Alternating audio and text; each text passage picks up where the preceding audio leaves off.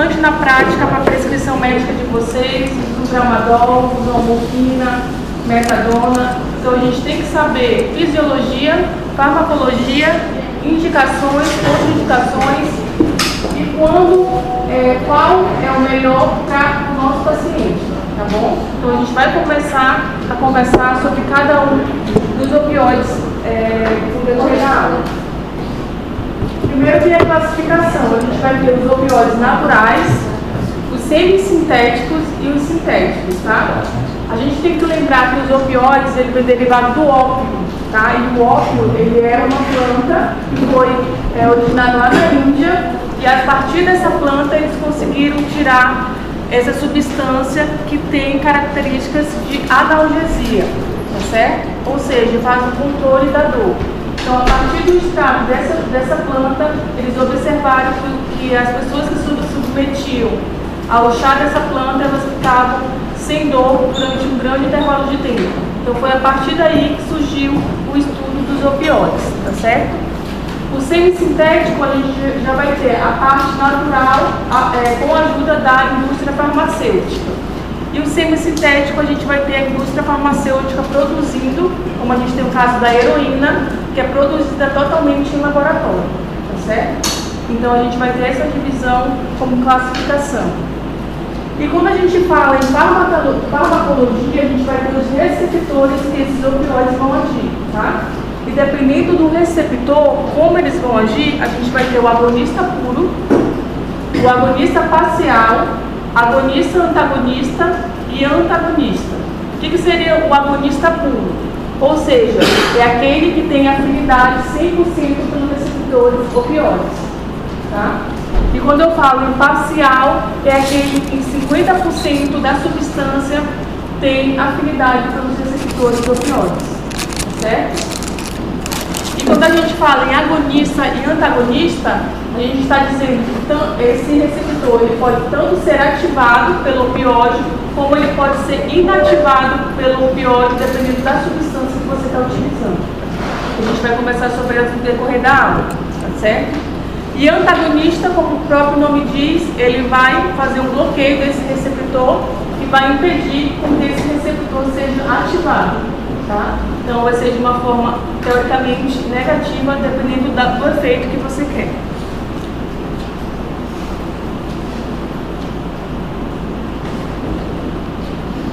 Nós também vamos ter os opioides endógenos e os opioides exógenos, tá?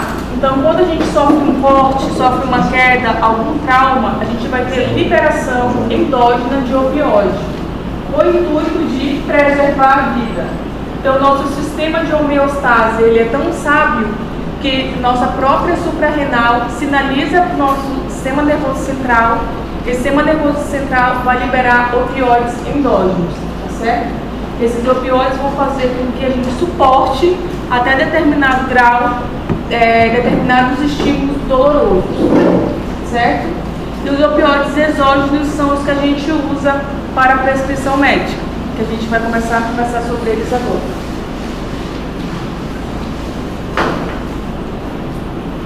Lembrar das características físico-químicas dos opioides, tá? Assim como os anestésicos locais, os opioides são bases fracas, tá? Lembrando, puxando lá os anestésicos locais.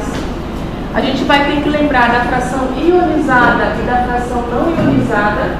Quando eu falo em fração não ionizada, significa que ela penetra mais fácil na membrana bilipídica ou mais difícil. Lembram da aula de anestésico local? Quando eu falo que ela está não ionizada, significa que ela penetra mais fácil na membrana bilipídica, ou seja, seu início de ação é mais rápido.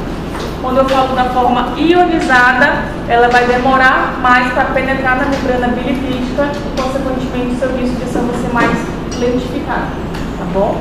Isso lembrar da fração de fração de...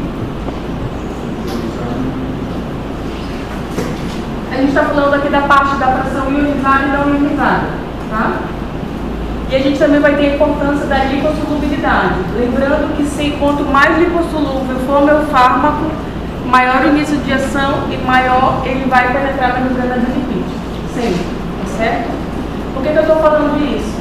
Porque daqui a pouco, quando a gente for conversar sobre a morfina, a gente vai ver que ela tem uma parte dela é mais hidrofílica, ou seja, ela demora mais a entrar na membrana bilipídica. E por isso se justifica que o início de ação da morfina endovenosa é de 20 minutos. Então, se chega aquele paciente lá com cálculo renal, gritando de dor, e você faz morfina, ele vai continuar gritando de dor por 20 minutos. Porque nós entendemos que a morfina, por ser uma parte mais hidrossolúvel, o início de ação dela vai ser mais lento. Então, a latência dela vai ser maior. Então, o paciente ainda assim vai ficar gritando de dor. O que acontece muitas vezes? A enfermeira, depois de 5 minutos de administrar a morfina, a enfermeira bate no consultório de vocês e fala: doutora, o paciente ainda está gritando de dor. Aí vocês vão lá e fazem mais 5 miligramas. Só que vocês vão ter que lembrar que o efeito aditivo da morfina. Quanto maior a dose que vocês fazem, maior o risco de efeito adverso e efeito colateral. Certo? Então, daqui a pouco a gente vai falar de opções que a gente pode trazer como analgesia para o nosso paciente, para que ele tenha uma resposta rápida da analgesia, como na folicanefrete. Tá bom? Lembrar do alto volume de distribuição, aí aqui a gente vai ter que lembrar um pouco da fisiologia, lembrar da porcentagem de água que a gente tem no nosso corpo, lembrando que o PP ele tem em torno de 90% do seu volume corpóreo composto por água, e conforme a gente vai crescendo, a gente vai perdendo essa quantidade de água, e um adulto em média tem 70% do seu volume corpóreo repleto de água. Quando a pessoa fica idosa, ela tem tendência a diminuir o músculo e a aumentar a taxa de gordura. E a gente sabe que quem retém água é o músculo. Então, o idoso, por si só, pela fisiologia, ele já tem um menor volume de distribuição, tá bom? Então, quando a gente fala em idoso, é um outro capítulo à parte, assim como criança, porque ele vai ter toda uma fisiologia voltada para ele, tá? Então, no idoso, geralmente a gente usa doses menores do que um adulto normal, certo? Então, isso a gente vai conversar também.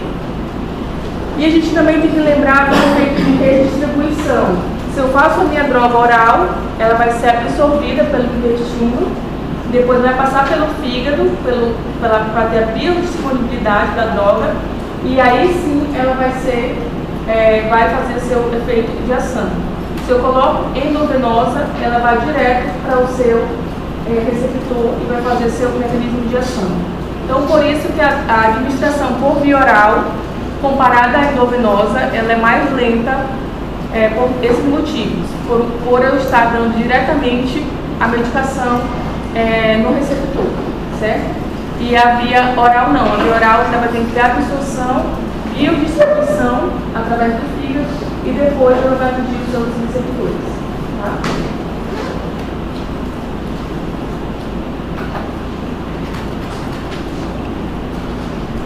Metabolismo e excreção dos opioides. Isso daqui a gente tem que saber também, tá? Porque a gente vai pegar paciente renal crônico com muita dor, tá? Às vezes eles evoluem com alguma grangrena em membro inferior ou qualquer processo infeccioso que vai estar doloroso.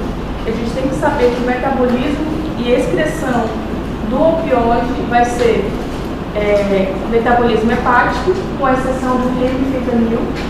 O remifentanil é a única droga que tem metabolização pelas esterases plasmáticas.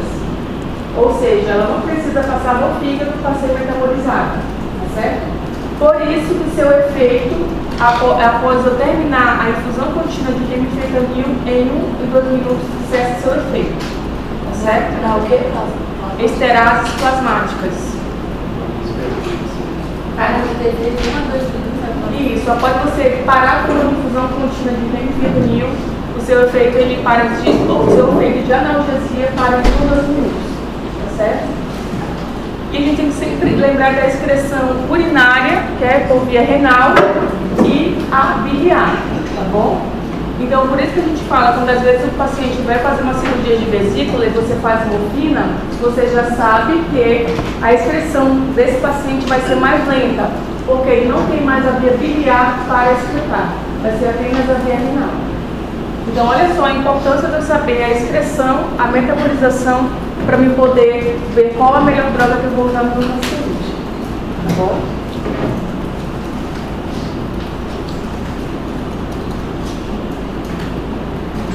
Receptores opioides. Quais são os receptores opioides e aonde eles se ligam, tá? Então, os receptores opioides, eles são caracterizados por receptor Mi, Kappa e Delta, tá? Ah, mas eu tenho que saber isso? Tem, porque você tem que entender da fisiologia para saber quais são os mecanismos de ação de cada opioide, tá certo? Então, sabendo que os receptores opioides são receptores Mi, Kappa e Delta, você já está sabendo um pouco mais da fisiologia, já sabe diferenciar, tá bom? Tem que lembrar que esses receptores, eles estão aderidos na membrana lipídica e eles são ligados à proteína G, tá? Quando um opioide se liga a esse receptor, essa proteína G, ela sofre uma desfosforilação e vai sinalizar o meio interno para liberar substâncias que vão causar analgesia, tá bom? Então, tudo isso a gente está puxando um pouco de fisiologia para dentro aqui da nossa aula de opioide, tá? E a gente tem que lembrar que vai ter diversas funções, tanto de nocicepção como controle da dor, tá? Controle do estresse, termorregulação, respostas imunes e motilidade intestinal.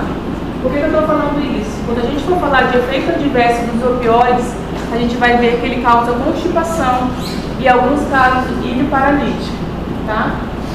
Por que isso é importante eu saber? Porque você está lá na enfermaria, você é chamado para avaliar um paciente que está com dor abdominal após ele ter feito uma colectomia direita, ou seja, ele tirou todo o colo direito. Aí você vai lá e encharca o paciente de opioide, certo?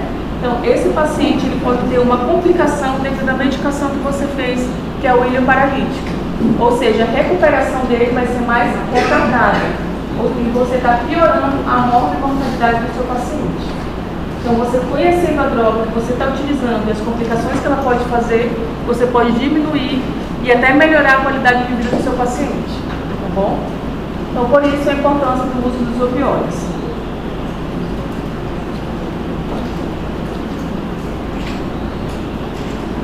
Ações específicas de cada receptor. A gente vai ter o receptor Mi, tá? Que vai se subdividir em Mi1, Mi2 e Mi3. O Kappa, tá? E o Delta. O que a gente vai observar? Que o Mi1, o Mi2 e o Delta a gente vai ter analgesia, tá? No Mi3 a gente fala de supressão imune. Então, hoje na anestesia para oncologia, a gente fala muito de anestesia opioide free. O que é isso? É a gente reduzir o máximo de opioide para aquele paciente que está fazendo uma cirurgia oncológica. Justamente por essa questão da supressão imune. Pelo risco desse tumor ele ser mexido e ser disseminado pela corrente sanguínea.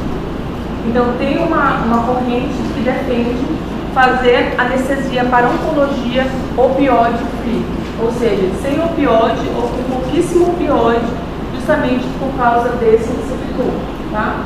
Para tentar ter uma regulação dessa questão da supressão imune. O Kappa eu vou falar ainda, eu estou falando do Mi, tá? Então, o Mi3 a gente tem que ter cuidado, porque na cirurgia oncológica ele é muito discutido se realmente ele tem seu efeito ou não na questão da supressão imune, tá? O Kappa, a gente vai falar de analgesia, disforia e sedação. Vocês estão acompanhando que nos Estados Unidos está tendo uma onda de suicídio por uso exagerado de fentanil, né? Pelo abuso exagerado de fentanil. Ou seja, virou uma overdose de fentanil nos Estados Unidos. Então, justamente por quê? Porque o opioide, ele causa essa sensação de bem-estar, de prazer, de disforia, tá? E por que eu falo isso para vocês? Porque às vezes a gente prescreve para o nosso paciente e ele sente essa sensação de bem-estar, de euforia, e às vezes ele fica com adição, ou seja, ele fica viciado nessa sensação. E aí aquele paciente vai toda semana ele aparece no pronto-socorro pedindo morfina. Ele já chega falando, doutora, eu estou com dor, minha dor passa com morfina.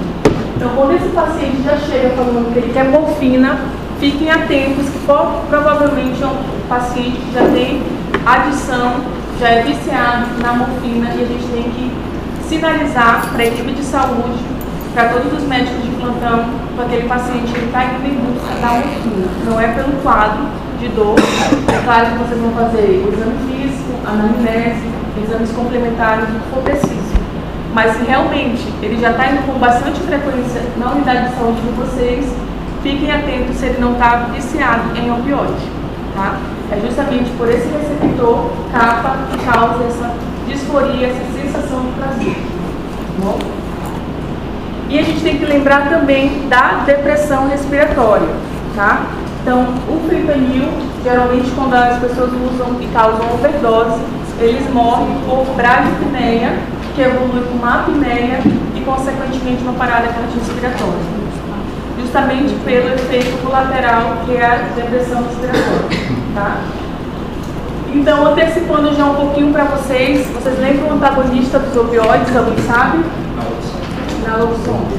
Então, lá nos Estados Unidos já é praxe, qualquer postinho de saúde já tem uma caixinha de naloxona devido à grande febre do fentanil indevido. Lá tem inclusive umas máquinas que funcionam na rua. E não é vontade, eu acho que se a pessoa tiver com overdose, tipo, que a gente pega lá no organismo. Isso, exatamente, entendeu? Só que lembrando que todo é uma medicação e todo antagonista ele tem seus efeitos adversos, efeitos colaterais. Por isso que, apesar de vir uma ampola de 1 ml, essa ampola tem que diluir pelo menos para 20 ml e fazendo em bolos seriados. O que é bolos seriados? De 5 em 5 ml para ver a resposta do paciente, tá? Se eu faço essa ampola de 5 ml de forma rápida, o paciente pode ter taquicardia, hipertensão, e se ele tiver predisposição a um infarto ou um AVC, pode acontecer também, tá certo?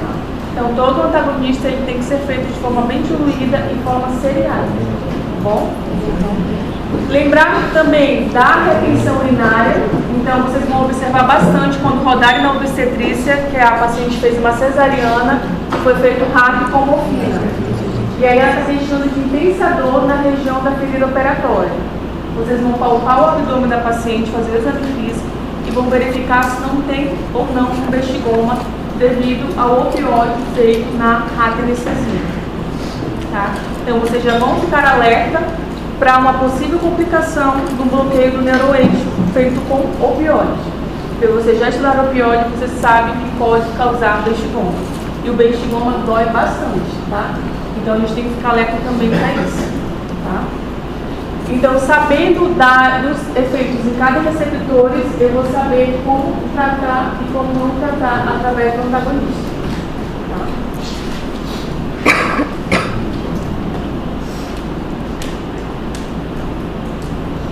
Fisiologia da ação do opioide. Vamos lá. Então, a gente vai ter, como eu falei para vocês, ativação da proteína G, tá bom? A gente vai ter os receptores NICAP-delta, que vão sinalizar para a proteína G, tá? Essa proteína G, no meio intracelular, ela vai fazer inibição da adenilatociclase, tá? E redução do AMP cíclico, tá bom? Que, consequentemente, vai fazer fechamento dos canais de cálcio pré-sinápticos e abertura dos canais de potássio, causando hiperpolarização da célula, tá? Essa inibição, ela libera a substância P em neurônios pré-sinápticos. Essa substância P, ela é uma substância que ela é inibitória, ou seja, se ela é inibitória, ela diminui o estímulo doloroso através do impulso nervoso, tá certo? Então, eu tenho que saber o quê? Receptores que são ativados, esse receptor se liga à proteína G, que vai ativar a adeninatociclase, tá bom? Diminuindo a quantidade de AMP cíclico. Consequentemente, diminui a liberação de cálcio pré-sináptico e aumenta o potássio pós-sináptico, causando hiperpolarização, tá bom? Então, a gente sabendo um pouco da fisiologia, a gente sabe como é que vai ser o mecanismo de ação dos opioides. Então, não adianta eu chegar aqui e falar só para vocês. O tramal faz isso, faz assim de tramal. Mas o que é o tramal? Qual é o mecanismo de ação do tramão, entendeu? Quais os efeitos colaterais que o tramão pode ter? Então, se você já sabendo que ele é classificado como opioide, vai ser mais fácil de vocês entenderem. Certo? Isso aí, personalização que vai fazer a inibição da substância P. Vai fazer inibição da liberação da substância P. Mas eu posso só perguntar se só o DMV ou o DMV? Completo, tem que ser completo. A metodologia completa.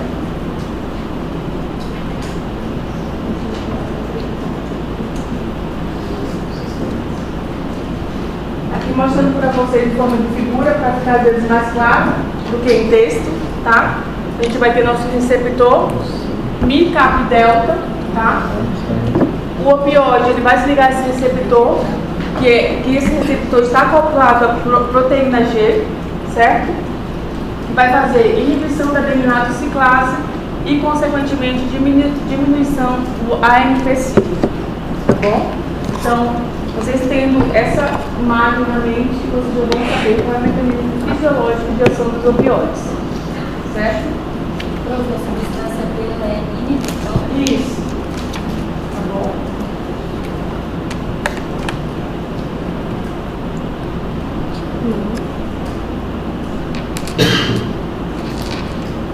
Aqui, novamente, continuando aquele quadro anterior, consequentemente da diminuição do AMP5, o que eu vou ter?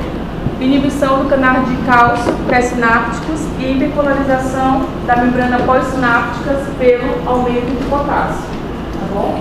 Então agora, se alguém me perguntar como é que age os opioides, a gente já vai saber, tá bom? Então eu já não vou saber só do fármaco em si, da morfina, da metadona, isso vocês têm que saber, claro, que vocês vão utilizar na prática clínica de vocês. Porém, vocês têm que ter um embasamento fisiológico, tá? Vocês têm que saber um pouco de farmacologia, fisiologia, para poder entender como é que age cada medicação, certo? E agora a gente vai falar dos efeitos em cada sistema. Primeiro a gente vai começar pelo sistema nervoso central, tá? Diminui a taxa metabólica cerebral, ou seja, dá aquela lentificada, o paciente fica mais tranquilo, fica mais sereno, tá? Diminui a pressão intracraniana, ou seja, naquele paciente que tem um AVC hemorrágico, que tem um aumento da pressão intracraniana, a gente faz um opioide também, com o intuito de diminuir a pressão intracraniana, tá? Diminui a liberação de acetilcolina no córtex pré-frontal e diminui a cana dos anestésicos inalatórios. O que é a cana? É a concentração alveolar mínima, ou seja, para mim manter o paciente inconsciente, se eu faço o opioide, eu tenho que botar uma concentração bem menor do que se eu fosse fazer sem opioide, tá? Então, quando eu faço sem opioide, eu tenho que usar uma concentração de 3.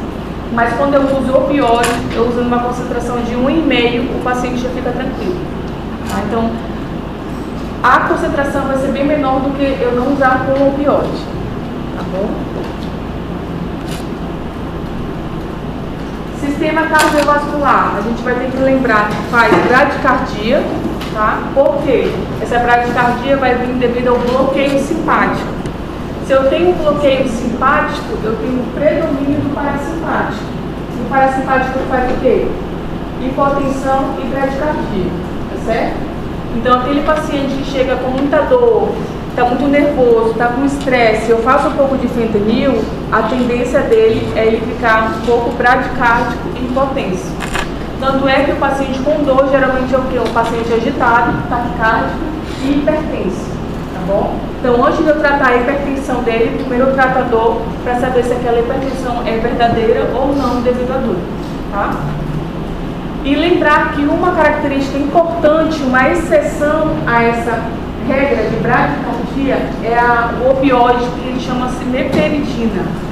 A meperidina é um opioide, uma exceção que causa taquicardia, tá? Então vocês têm que lembrar que, como exceção das regras do opioide, a meperidina vai causar taquicardia ao invés de bradicardia, tá bom?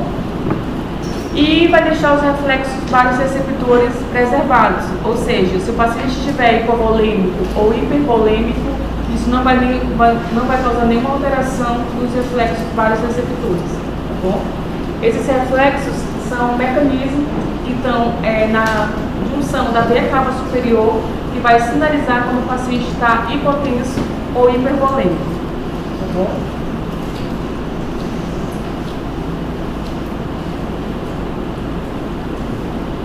Sistema respiratório. Pode causar depressão respiratória, tá? Essa depressão respiratória é dose dependente, ou seja, quanto mais opioide eu faço pelo paciente, eu ofereço para ele, maior a chance de depressão respiratória, tá? Então, por isso que o opioide forte, como fentanil, remifentanil, morfina, a gente sempre faz numa unidade de saúde em que tem oxigênio. Porque se o paciente deprimir, eu posso cortar oxigênio, ventilar e, se for necessário, reverter com naloxona, certo? Então, a gente tem que saber dar a chance do opioide causar depressão respiratória. Por que ele causa depressão respiratória? Porque ele age direto, tá, nos receptores que tem uma nervoso central.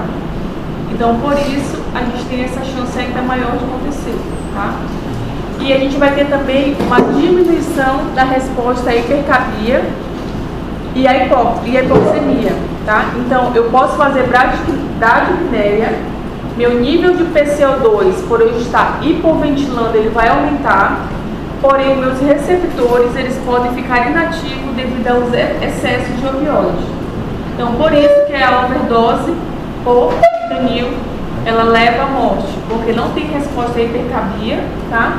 E o paciente faz bradipneia, hipoxemia e, consequentemente, o aparato cardiorrespiratório, certo? E ele faz uma apneia sem inconsciência, ou seja, imagina ele, não sei, né, a pessoa está consciente, porém ela não consegue respirar, tá certo? Porque é um bloqueio dos receptores do sistema nervoso central. Então, assim, deve ser sufocante essa sensação, tá? Mas a gente tem ouvido muito e tem pegado muitos casos, principalmente nos Estados Unidos, certo?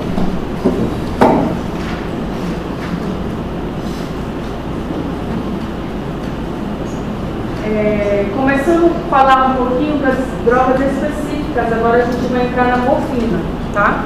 A morfina é uma droga que vocês utilizam bastante no pronto-socorro, na enfermaria, até em ambulatório de paciente com oncologia, vocês vão observar prescrevendo morfina, tá? E o que é a morfina? A morfina, vocês já sabem que é um opioide que age com quais receptores? Qual?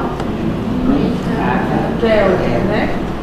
E esses receptores estão ligados aqui à proteína. Essa proteína vai fazer o quê? Diminui a hiperciclismo, exatamente, tá? Então, a gente já sabe que a morfina age nos receptores opioides, tá? E a gente tem o maior risco de depressão respiratória tardia. Por quê? Porque a morfina, como eu falei para vocês, ela tem um pico de ação mais demorado. Por ela ser mais hidrossolúvel, ela demora mais a penetrar na membrana bilipídica. Então, o início de ação da morfina endovenosa é de 20 minutos. Então, não esperem fazer tratar do paciente de vocês que está com cólica nefrética, está com uma dor intensa e parar de imediato a dor daquele paciente. Vocês vão ter que aguardar o tempo de 20 minutos para poder reavaliar e para saber se tem que fazer uma dose maior ou não, tá bom? Lembrar que os idosos são mais sensíveis. Por que os idosos são mais sensíveis? Porque eles já têm uma destruição da taxa de função glomerular, tá? Então a função renal deles já é prejudicada, o metabolismo hepático deles já é magnificado também, tá? E a gente vai ver daqui a pouquinho que a morfina, ela tem um metabólico ativo, tá? Que pode recircular na corrente sanguínea e fazer depressão respiratória tardia, tá? Qual é esse metabólico ativo? Alguém sabe? É justamente o acúmulo de M6G, como se chama, que é o metabólico ativo da morfina, tá bom? Esse MG6, ele pode fazer recircular na corrente sanguínea, tá? E por isso ele pode ter uma duração mais prolongada. Lembrando que os pacientes com insuficiência renal têm que ter uma vigilância maior. Por quê? Porque a gente sabe que o opioide, uma das vias de excreção dele é via renal. Então, se aquele paciente renal crônico, dialítico, e está com dor, seria uma boa opção fazer morfina para ele? Não, né? Porque primeiro ele não vai ter como excretar. Segundo, a chance de efeito adverso, como depressão respiratória, vai ser bem maior, certo? Então a gente tem que ter cuidado qual é a melhor droga que a gente vai escolher para aquele paciente com insuficiência renal crônica dialítica. Daqui a pouco a gente volta nesse assunto. Mas você já tem que entender que a morfina tem um metabólico ativo que pode recircular na corrente sanguínea e por isso a gente tem que ter cuidado em paciente com insuficiência renal crônica, tá bom?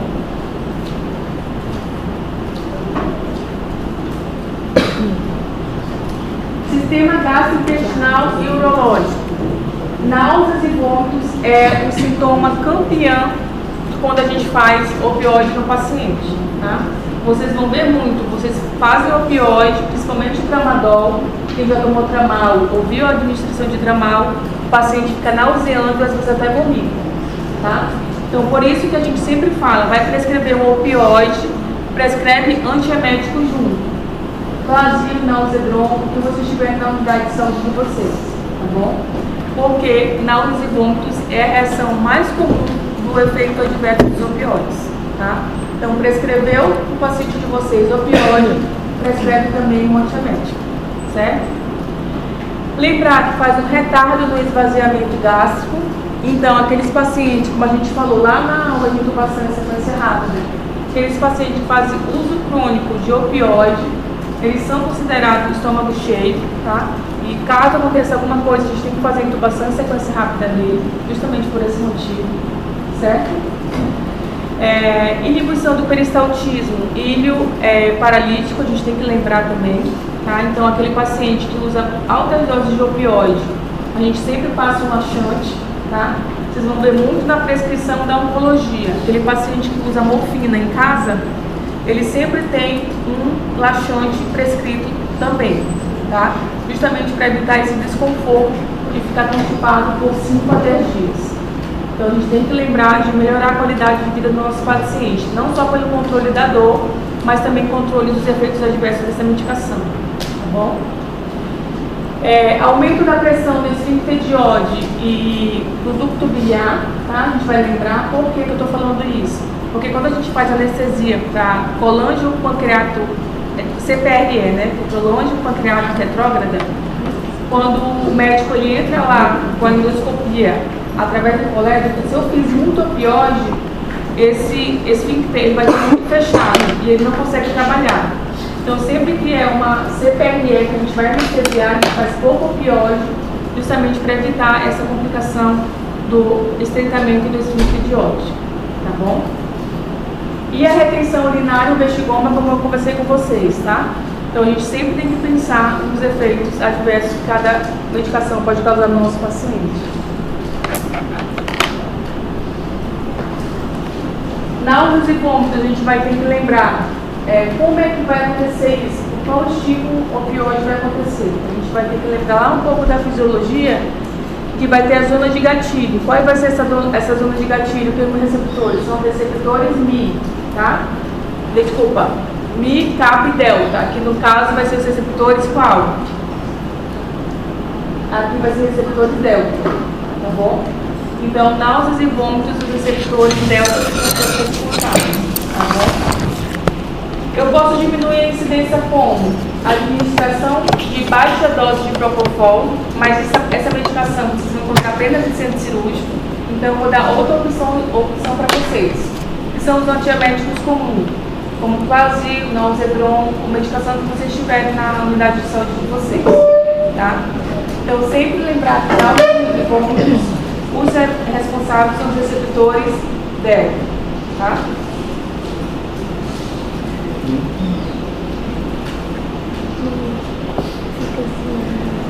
Sistema endócrino. A gente vai ter uma diminuição da resposta metabólica ao trauma, ou seja, aquele paciente geralmente teve um acidente automobilístico, vocês verificaram que ele tem uma fratura no antebraço e está gritando de dor, Já na ambulância, você já administra uma medicação para dor para ele, que geralmente é um opioide. Geralmente fazem um tramadol, né, para levar até o hospital, para poder ser imobilizado e feita a proteção da fratura. Mas para isso, antes de chegar lá no hospital, você já faz uma medicação analgésica. E esse analgésico geralmente é um opioide. Tá bom? Diminui a liberação de corticoides, tá? E impede o aumento de cortisol. Então, tudo isso vai diminuir a resposta metabólica local. Outros efeitos que a gente vai observar é uma miose, tá? Ou seja, a pupila do paciente que usou opioide, ela vai estar bem constrita, teve uma miose, tá? Liberação de histamina pode ser feita com administração de morfina e meperidina. E como a gente já sabe que o opioide ele vai no bloqueio simpático, a gente vai potencializar ainda mais a questão da hipotensão. Então, se o paciente tem a tendência a fazer bradicardia e hipotensão, com a morfina e a meperidina, a tendência a fazer ainda mais, pela liberação de histamina também, tá bom? Não sei se vocês já observaram ou rodaram na obstetrícia, mas a paciente às vezes que faz rápido, ou até uma cirurgia ortopédica do membro inferior, que é feita morfina intratecal, o paciente fica se coçando depois, tá? E esse prurido às vezes pensa que é alergia, processo alérgico, mas não é processo alérgico. É devido à administração do opioide no espaço subaracnóide, tá?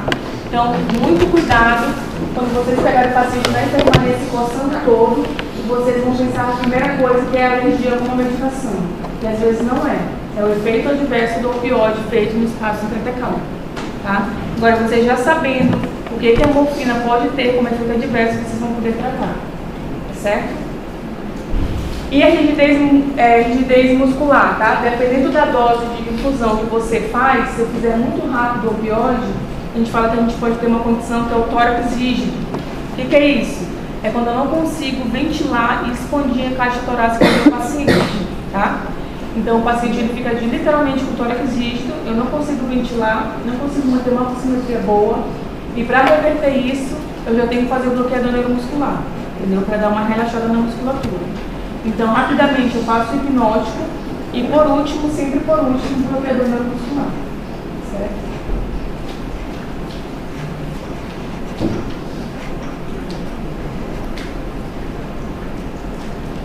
Agora, falando especificamente da morfina, tá? A gente vai saber que a morfina é um opioide natural. Na nossa classificação, no primeiro slide que a gente viu, natural, sintético e semissintético. A morfina se encaixa como um opioide natural, tá? Ela tem um padrão mais hidrossolúvel, por isso que o início de ação dela é mais demorado, tá? O pK dela é de 8, tá? Lembra do pK dos anestésicos locais que a gente começou? Tá? Então veja que uma aula vai puxando a outra. Então, como a gente falou lá nos anestésicos locais, aqui a gente volta novamente para falar do pK da morfina. O pK da morfina é de 8, tá? Então, ela tem uma alta fração ionizada. Se eu sei que ela tem uma alta fração ionizada, para passar na membrana bilipídica, ela vai demorar um pouco mais, tá? Então, por isso que o início de ação da morfina endovenosa é de 20 minutos, tá? E a meia-vida da morfina endovenosa é de 4 horas. Então, tudo isso eu tenho que saber para poder tratar o meu paciente. E ela tem uma baixa ligação proteica, ou seja, se ela tem uma baixa ligação proteica, ela está mais livre para agir nos seus receptores, tá?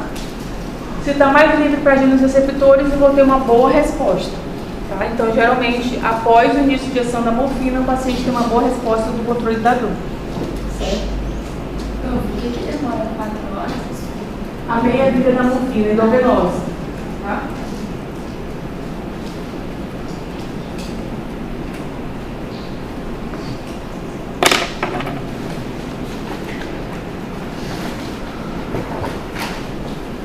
Voltando ao que a gente já falou aqui, tá? Que a gente sempre vai fazer uma dose menor para os idosos, devido ao volume de distribuição ser menor neles, certo? Lembrar dos metabólicos ativos que a gente tem na morfina e que no paciente renal crônico, principalmente o dialítico, Como ele não vai ter como excretar, ele pode fazer acúmulo e pode causar um efeito colateral, efeito adverso, que é a depressão respiratória. Então, muito cuidado quando for administrar opioide no paciente inalcoólico de vocês, certo? Lembrar que se eu sei que os opioides fazem um bloqueio simpático, eu vou ter tendência a bradicardia e hipotensão. Então, vejo que lá na aula, tudo que a gente falou, a gente está resumindo agora, entendeu? Então, se eu compreendi a aula no início, agora vai ficar mais fácil da gente seguir com cada medicação, tá? Qual é a única droga que não faz bradicardia dos opioides? Meperidina, tá bom? Então, eu tenho que saber a exceção, porque senão meu serviço oferecer meperidina para me fazer como analgesia do meu paciente, e ele estiver monitorizado, eu vou saber que uma reação adversa dele é taquicardia, tá bom? E sempre pensar na liberação de histamina, que pode ser dose dependente. Por que eu falo isso? Porque se há uma liberação de histamina, tá? Aquele paciente que tem história de asma, que tem história de alguma atopia, esse paciente ele pode ter algum efeito adverso devido à administração da morfina, tá? Então, lembrar que ele libera histamina e a tendência a somar hipotensão é maior ali, tá bom?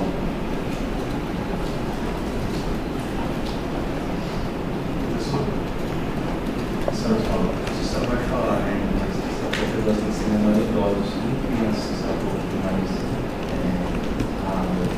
Isso, na criança o volume de distribuição dela é maior, né? Se o volume de distribuição na criança é maior, não vou precisar fazer uma dose a mais para ela, eu vou fazer igual a dose do adulto, tá bom? Mas, por idoso, a gente tem que ter uma cautela, porque eu sempre faço subdose em comparação ao adulto jovem, tá bom? Sempre. A codeína. Codeína é outro opioide que vocês prescrevem muito para o paciente, principalmente vocês vão prescrever, observar quando rodarem no ambulatório de ortopedia. Então, geralmente, o ortopedista prescreve codeína para uma dor lombar, para uma hernia de disco, enfim. Codeína eles gostam bastante. Quem for ortopedista aqui vai trabalhar com isso na prática. E o que é a codeína, tá? Ela tem uma baixa afinidade para os receptores opioides, então ela tem uma característica de ser indicada para dor leve a moderada. Aquele paciente com dor forte, a gente não vai indicar a codeína, certo? E a codeína ela é administrada por via oral, não tem endovenosa, tá bom? Ela também é usada como medicação antitussígena, tá? E antidiarreica. Ela tinha antigamente nas farmácias um xarope com codeína justamente para aquele paciente que tinha uma tosse crônica. Foi retirado do mercado, mas eu ainda vejo alguns xaropes com a descrição de codeína na sua composição. Então observe quando vocês forem usar um xarope para tosse ou indicar para alguém se na composição dele tem codeína ou não. E agora vocês já vão saber que ela pode também ser indicada como antitussígena. Certo? A codeína, 10% dela vai ser metabolizada em morfina, tá? Então, ela vai passar pelo metabolismo hepático e depois desse metabolismo hepático, 10% dela vai ser convertida em morfina, tá? E ela tem um menor risco de depressão respiratória que a morfina. A potência dela é menor, então o risco de depressão respiratória dela também vai ser menor, tá?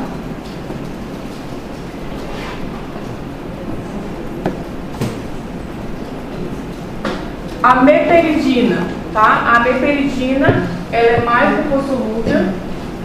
E aí eu pergunto para vocês, essa meperidina a gente já sabe que ela causa taquicardia, tá? E lembra que a gente falou que um dos efeitos adversos dos opioides em geral é o quê? Medríase ou miose? Miose. Olha a meperidina voltando aqui com taquicardíaca e medríase. Então a meperidina, apesar de ser um opioide, ela foge de algumas características gerais da droga, tá? Então, a meperidina é uma exceção, que causa taquicardia e midríase, tá bom? Oi? Sim, isso. Ela é eficaz no tratamento de tremor. Vocês vão observar que após a raquianestesia, alguns pacientes ficam tremendo bastante. Até alguns falam assim, isso é da anestesia, fica tranquilo. E realmente é. Tá? Porque a raquianestesia, quando a gente for conversar lá na frente, a gente vai ver que faz uma vasodilatação periférica, como faz essa vasodilatação periférica, um dos mecanismos compensatórios é essa tremedeira, tá? A gente pode tratar essa tremedeira com a meperidina também, certo? E ela é contraindicada em usuários da IMAL e da fluoxetina. Ou seja, o paciente que usa antidepressivos, a gente tem que ter uma certa cautela quando for usar meperidina. Alguém sabe por quê? A fluoxetina, ela faz o quê? De quem? Serotonina. E a meperidina, ela faz exatamente o quê? Ela age sistema nervoso central como? Ela causa o quê? Euforia, certo? Se ela causa euforia, eu tô usando uma droga que faz o quê? Antagonista e outra que está estimulando, tá certo?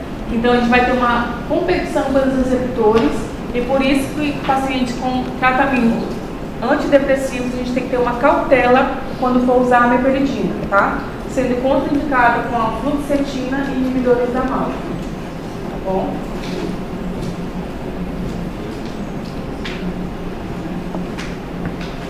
O fentanil vocês vão observar que tem bastante centro cirúrgico, é o nosso carro-chefe de opioides.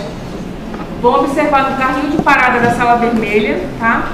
Vão observar na UTI também, vão usar muito fentanil, tá? O fentanil ele é 50 a 100 vezes mais potente que a morfina. Então vejam que a potência dele é muito alta, tá certo? É por isso que a gente usa, quando a gente vai fazer a intubação em sequência rápida, vocês lembram lá das nossas opções que a gente tem? Uma das opções é o fentanil. Alguém lembra a dose?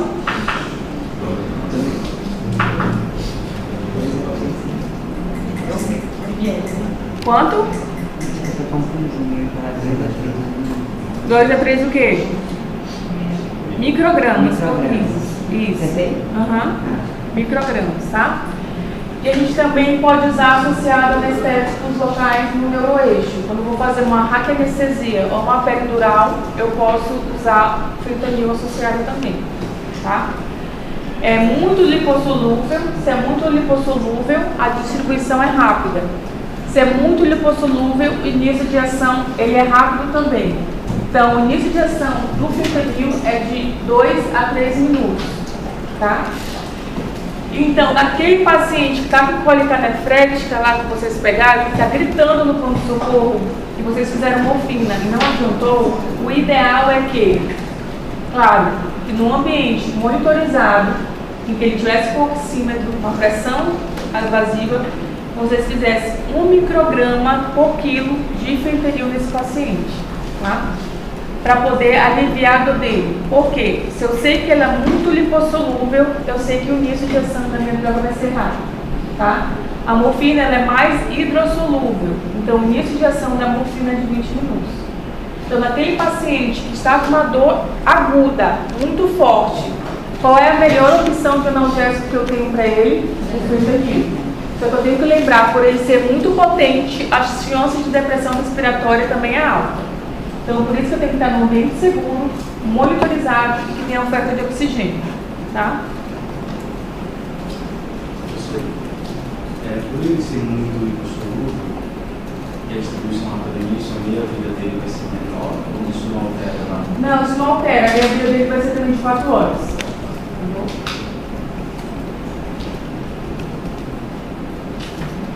Tem alta taxa de clearance hepático, então a gente está vendo aqui uma metabolização hepática também, tá? Um grande volume de distribuição, certo? Não libera histamina, como a morfina, e não desencadeia a tosse. Pode desencadear a tosse. Isso é real, é verídico.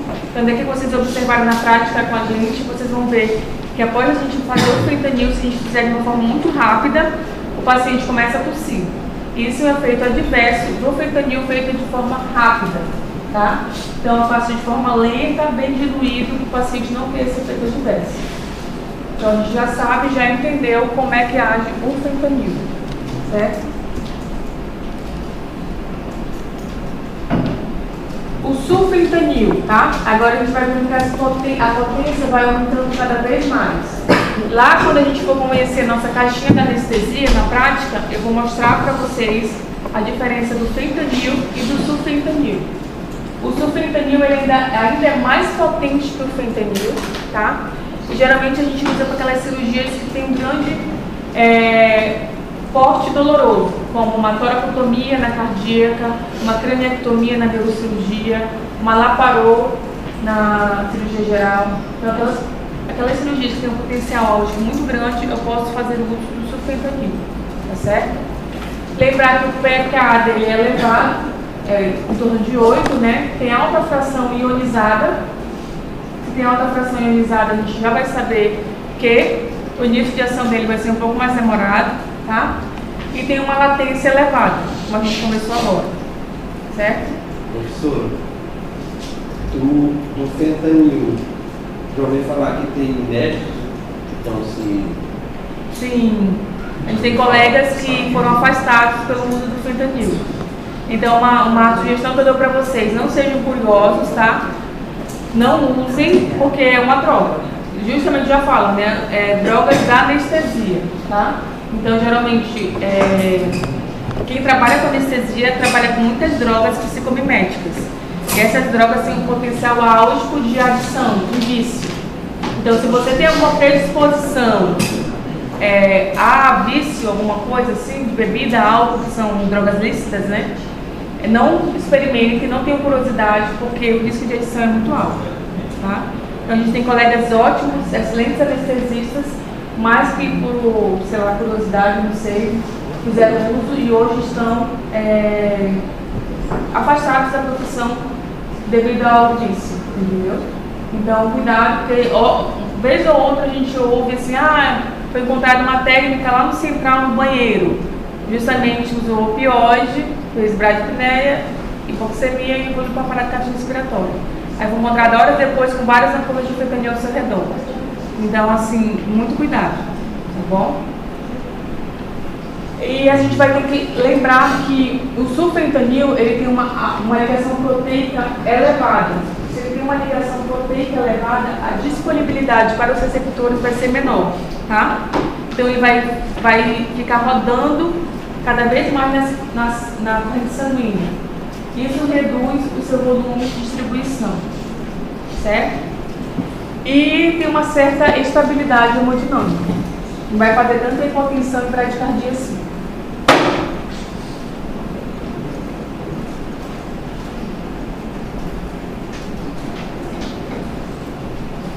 O alfentanil. O alfentanil ele tem uma baixa lipossolubilidade, tá? A gente tem que lembrar que ele é pouco lipossolúvel, certo? O pKa dele, ó, diferente das outras drogas que a gente começou agora, que geralmente era 8, o pKa dele é 6,5, tá? Tem uma alta fração não ionizada e um rápido início de ação. Quando a gente começou sobre intubação em sequência rápida, uma das opções foi o fentanil e o alfentanil, tá? Alguém lembra da dose do alfentanil em sequência rápida? Ninguém?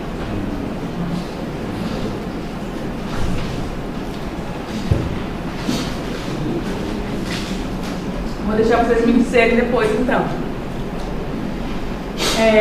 Vamos lembrar que o alfentanil, ele tem uma alta ligação proteica também. Logo, se tem uma alta ligação proteica, tem menos drogas disponíveis para os receptores, tá? Consequentemente, tem baixo volume de distribuição e tem uma meia vida curta, tá bom? Menor taxa de extração hepática e uma vida contexto sensitiva mais longa que o sulfentanil, tá? Então, a gente tem algumas características dos opioides que a gente tem que compreender.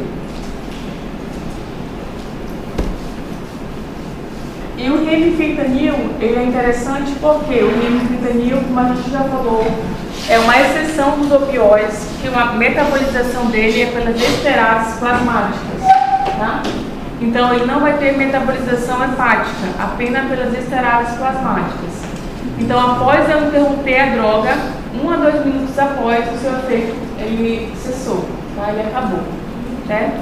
Tem uma curta latência, é um agonista mi puro, tá? Exclusivamente mi. E ele pode fazer hipotensão e bradicardia grave se fizer em bolos, tá certo? Então, o remifentanil a gente sempre usa em bomba de infusão contínua. Vocês nunca vão ver a gente fazendo direto na veia do paciente, tá? Então, ele é sempre feito em bomba de infusão contínua. Nós vamos calculando 0,1 micrograma por quilo, 0,2 microgramas por quilo, até o paciente ter uma resposta. E aí a gente vai titulando conforme a resposta fisiológica e hemodinâmica do paciente, tá? Por esse risco de hipotensão e bradicardia grave.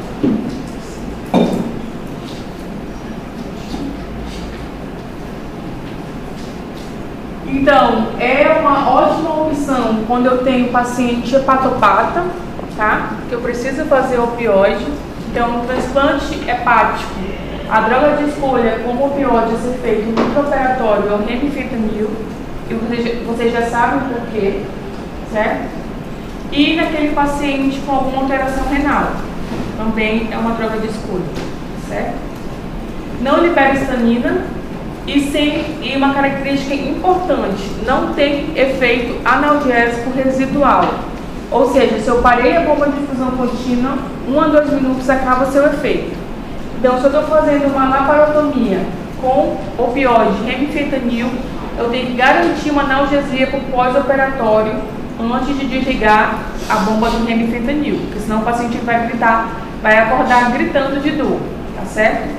Então, 20 minutos antes, eu já faço a minha morfina em bolos, certo?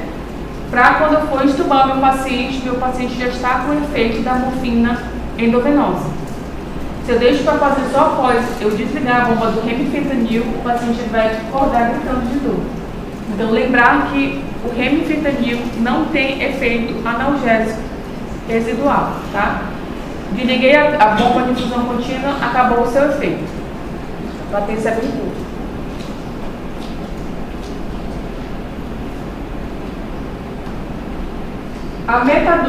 A metadona vocês têm que conhecer porque é um opioide, a gente usa, tem via oral e tem via endovenosa, tá? Mas vocês vão ver muito paciente oncológico usando quando ele já ultrapassa a dose de 30 miligramas de morfina via oral. E quando eles já estão usando uma dose muito grande de morfina via oral, a gente fala que a gente vai rodar a medicação. Porque a gente vai usar uma droga mais potente para tentar diminuir os efeitos colaterais do uso crônico do opioide, tá? Que é o ilho paralítico, constipação, vestigoma, risco de depressão respiratória, tudo isso. Então a gente vai rodar para a metadona. Além do mais, eu tenho que lembrar que a metadona ela tem um menor risco de adição com relação à morfina. Então aquele paciente que vai procurar vocês no PS em busca de morfina, o ideal é que vocês encaminhem ele para o ambulatório da psiquiatria, tá? Mas claro, para não sair sem nenhuma receita para controle da dor, se ele está dizendo que está com dor, né? A gente pode prescrever a metadona. A metadona é um opioide que não tem risco de fazer adição. Então, naquele paciente que está com uso crônico de opioide, que a gente quer substituir, a gente tira a morfina e bota a metadona, tá? Lembrando que eu jamais posso tirar o opioide de uma forma de um dia para o outro. Eu tenho que fazer o desmame da droga, tá? Porque senão ele vai fazer síndrome de abstinência. Então, para evitar a síndrome de abstinência, eu vou fazendo redução da dose a cada semana, certo? Então, para aqueles pacientes que têm adição ao opioide, a morfina, fentanil, alguma coisa assim, eu posso sugerir como droga a melhor opção, que não causa adição, que não causa vício, é a metadona. Tá bom? Professora, naqueles casos do paciente que já sabe a sensação que dá, e quando a gente pede para fazer essa medicação e ele não sente aquela sensação, eles vêm em busca novamente. Você vai internar, pedir, você não vai prescrever a morfina, você vai colocar outra medicação para dor, seja tramadol, alguma medicação menos forte que a morfina, pode botar anti-inflamatório, analgésico comum, como a dipirona, ou tramal, que é um opioide de moderada intensidade. Vai pedir avaliação de psiquiatra, tá bom? E aí você vai deixar em avaliação, tá? Mas de qualquer forma não prescreva morfina, porque se você prescrever, você vai estar eliminando cada vez mais coincidência, certo? E já teve processo médico de que o paciente ele alegou que ele ficou viciado em virtude da prescrição médica ter sido feita com morfina, porque ele não conhecia a droga, não tinha acesso, porém, como foi prescrita pelo médico e foi feita na endovenosa, ele ficou viciado naquela sensação. Então, ele, claro, né, ele ganhou e o médico teve que pagar a indenização em virtude de ter administrado morfina endovenosa para esse paciente. Então, cautela, veja se realmente é necessário a prescrição, a administração de morfina para o paciente de vocês, tá? Na dúvida, comecem com tramal, tá? E vão verificando como é que vai ficando o paciente de vocês, tá? Se realmente vocês notarem que tem uma doença clínica que precisa ser tratada com opioide mais forte, aí precisa diminuir isso, tá? Mas cautela quando aquele paciente chega e vocês já querem fazer morfina. A morfina nunca deve ser a primeira droga a ser feita, tá? Pelo contrário, ela deve ser a última e de exclusão.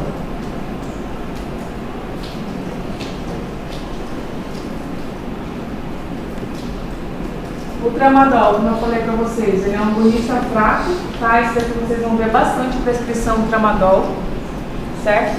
Ele é indicado para dor leve a moderada, inibe a recaptação de noradrenalina na fibra sináptica, tá? O potencial de náuseas e vômitos com tramal é altíssimo, então sempre que prescreverem tramal ou qualquer opioide, prescrevam o antiemético junto, certo? Também é contraindicada em pacientes com uso da mal ou epilépticos, tá? E o tramal, por ele ter uma potência mais baixa, o risco de depressão respiratória é bem menor do que com a morfina, certo? Então, o tramal eu posso fazer naquele paciente, se tem muitos pacientes não tem como assistir de forma contínua, eu posso prescrever o tramal, porque o risco de depressão vai ser bem menor, tá certo? Então, a gente tem que saber que o tramadol, o risco de náuseas e vômitos é alto e ele é prescrito para dor leve a moderada.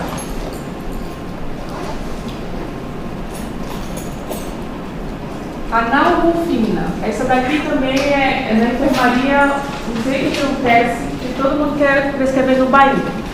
É no bairro para cá, é no bairro para lá, e eu não sei o que está acontecendo, que agora é no bairro na enfermaria, entendeu? Aí o que acontece? Chamam a gente porque o paciente chega para fazer medicação para ele, ele já sabe o que é, né? E está pedindo o quê? No bairro. Vocês vão ver bastante isso, tá?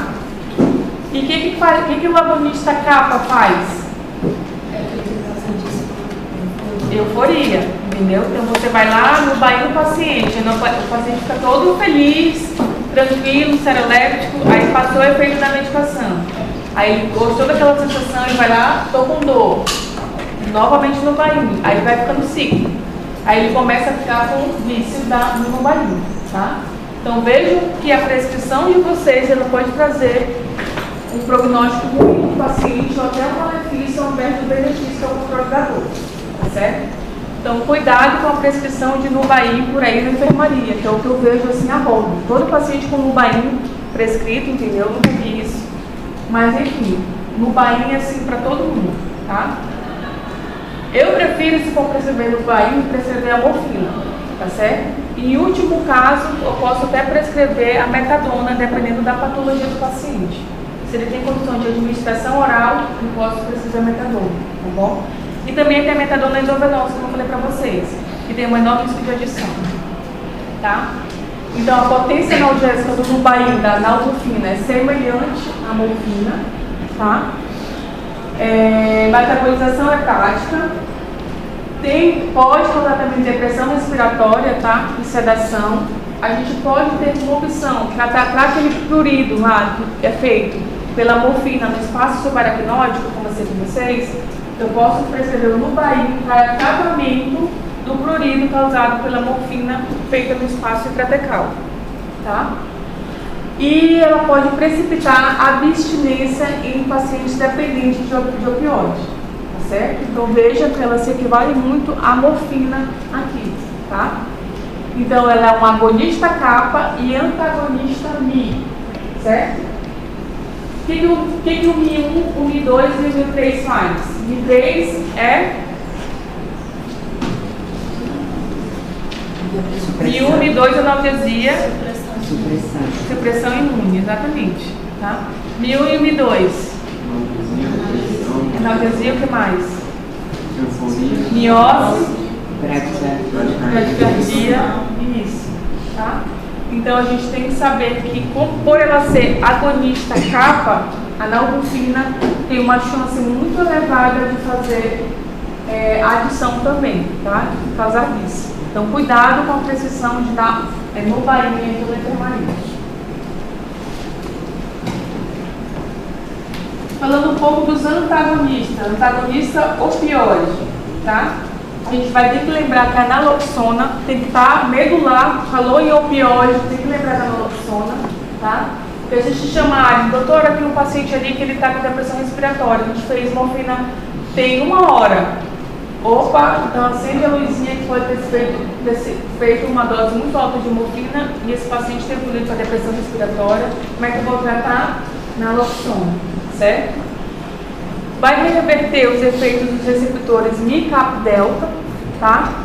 E tem uma duração de 30 minutos. Como a gente já estudou e a gente sabe que a meia-vida dos opioides é, em média, endovenosa de 4 horas, eu vou ter que deixar esse naloxona em bomba de infusão contínua. Por quê? Porque se eu fizer ela em bolos, o paciente ele pode até reverter essa depressão respiratória. Mas eu tenho que lembrar que o efeito da naloxona vai terminar em 30 minutos. E essas substâncias que estão na corrente sanguínea elas vão recircular e podem ativar novamente os receptores opioides, tá? E o paciente deprimir novamente. Então, eu tenho que lembrar que, feita a medicação em bolos, eu tenho que deixar em infusão contínua por pelo menos 4 horas, que é a meia-vida dos opioides endovenosos, tá bom? Oral é outra coisa, estou falando do opioide endovenoso, certo?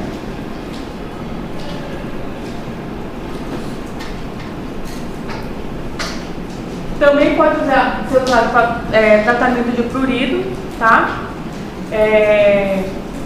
Se eu fizer de forma rápida, como eu falei para vocês, em bolo, sem diluir em uma seringa de 20, a gente pode ter hipertensão, arritmia, tá? E a gente pode ter até um AVC isquêmico. Então, cuidado com todo antagonista. Antagonista a gente jamais faz em bolos, direto na veia do paciente. A gente dilui com uma seringa de 20, faz um bolo de 5 em 5 ml para ver a resposta do paciente, tá? Então, muito cuidado com isso, tá? E o efeito... Não pode fazer em bolo, né? Não posso aspirar 1 ml e fazer na veia do paciente, tá? Sempre fazer bem diluído. E eu tenho que lembrar, claro, se, por exemplo, o paciente fez uma laparotomia, ele pediu, foi feito morfina para ele fez depressão respiratória, e aí eu vou reverter o efeito da depressão respiratória, mas eu tenho que lembrar que, se eu vou reverter o efeito da depressão respiratória, eu vou reverter também o efeito da analgesia, tá? Então, esse paciente ele vai estar com muita dor após ele acordar, quando ele despertar desse grau de inconsciência, tá certo? E aí eu posso ter uma outra opção que a gente vai conversar na aula de anestésicos venosos. Mas a princípio a gente já sabe que se eu reverter o opioide, eu vou reverter todos os efeitos que ele faz, tá certo? Inclusive de analgesia, que é o que a gente mais prescreve para o nosso paciente, com efeito de analgesia, tá bom? Então, sempre ter na cabeça isso. Alguém pode ler, por favor? Assinar a alternativa correta a respeito da morfina. A. Pode ser usado no tratamento da constipação? B. Uma grande fração da morfina atravessa a barreira hematoencefálica, já que é um fármaco lipofílico dos opioides comuns. C. Na hiperplasia benigna prostática, a morfina facilita a liberação da urina ou relaxar a musculatura lisa que envolve a bexiga. D. Provoca a liberação de histamina dos mastócitos, causando urticária, sudorese e vasodilatação. Ou letra E, que estimula o reflexo da tosse, ao contrário da codeína ou dextrometofano. E aí? Qual letra? Quem é marcar? Letra B. Letra C. Letra D. Letra E. Ninguém marca nada? Marcar D. A gente falou tudo que a gente falou na sala de aula, está nessa questão aí. Qual é a vocês acham? D. Tá. Na dúvida entre a letra E e a D, não é isso? Isso. Tá. A morfina estimula o reflexo da tosse, ao contrário da codeína ou do dextrometofano. Então, lembrar que a morfina, a gente não falou nada sobre tosse. A codeína é usada como antitussígeno, tá bom? A única que eu falei que pode estimular durante a indução da anestesia a tosse, qual é? O fentanilo, tá certo? Então, a morfina não tem nenhuma relação com a tosse. Letra D. Provoca a liberação de histamina dos mastócitos, certo? Causando urticária, sudorese e vasodilatação, o que vai contribuir ainda mais para a hipotensão e bradicardia, certo? Então, letra D é a resposta correta.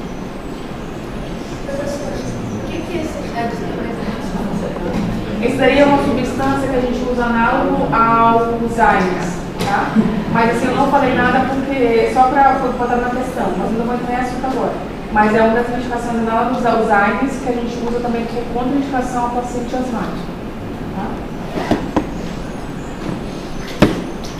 Dentre os analgésicos de ação central, o que possui maior tempo de meia-vida e é utilizado para o tratamento da síndrome de abstinência aos opioides é a...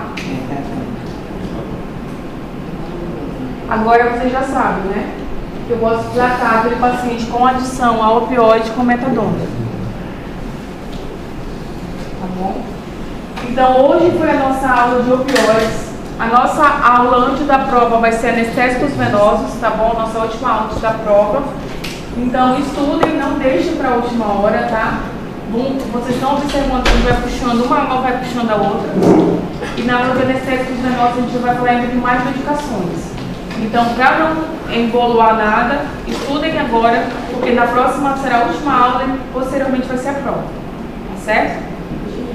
Então, acho que a aula de opioide é isso. Tá? Então, até a próxima aula com anestésicos venosos.